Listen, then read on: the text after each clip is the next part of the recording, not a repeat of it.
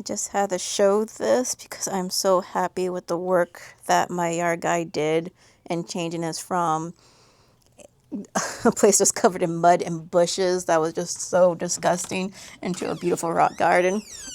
And you're probably wondering, why are you even showing this? Well, the reason why I'm showing this, oh, hi, Pup, hi, Seater, is because I just got back in collecting the eggs from our chicken coop.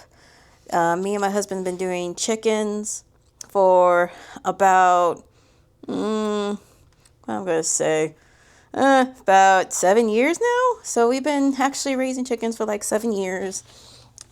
And they have been producing actually pretty well, especially during the spring, summer, and fall. And no, I'm not doing this as a flex or anything because I know how expensive eggs are right now, you guys. So this is just, I give all the praise and the glory to the Most High that we even don't have to worry about eggs.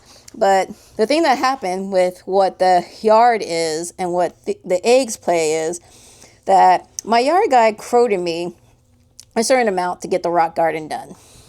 And what ended up happening was that it ended up costing more than what was expected.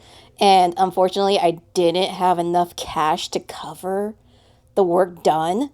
So what ended up happening was I tried getting like as much cash as I could together, and I still was about $50 short.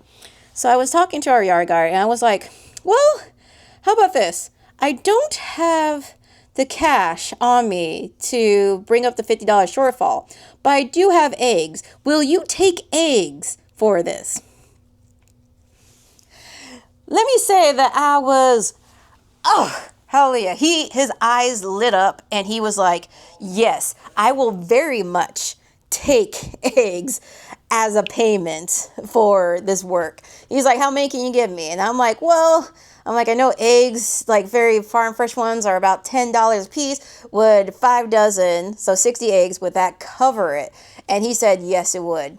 And this brought me back to many stories that are in the Old Testament. One that I can kind of like think of is with Jehoshaphat, when the Palestinians gave him cattle as gifts, as payment, and thinking, wait a second, when we put value onto money, that's not the only thing that people value. People can value other things, such as, in this case, eggs. So instead of having to use money that I did not have, I was able to actually use eggs to make up for the shortfall. So I actually used a different type of value for work that was completed. And I think that's something that we're going to have to do a lot more often here in the future. And that's one of the things you have to do. You have to be very creative. You have to be bold. It didn't hurt me to ask. If anything, it actually helped me to ask, because his eyes just went wide. And he's like, yeah, 5 dozen eggs is perfect. It'll cover for their shortfall. I even asked him, like, hey, if you want to do more work around my house for like the price of like some eggs, because my chickens do produce a lot and I can't keep up, I'm like, I'm more than happy to pay you in eggs. And he said yes. He said, just let me know and I'll give you like how many I'm looking at and we can go from there. So yeah, I may just get a lot more of my yard work done for just some eggs that my chickens keep producing.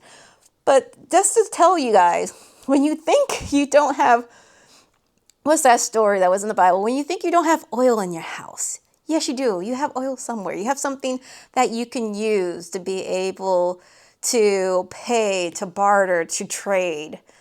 There's skills, there's talents, there's items that you can use to be able to cover for those shortfalls. You just have to look for them.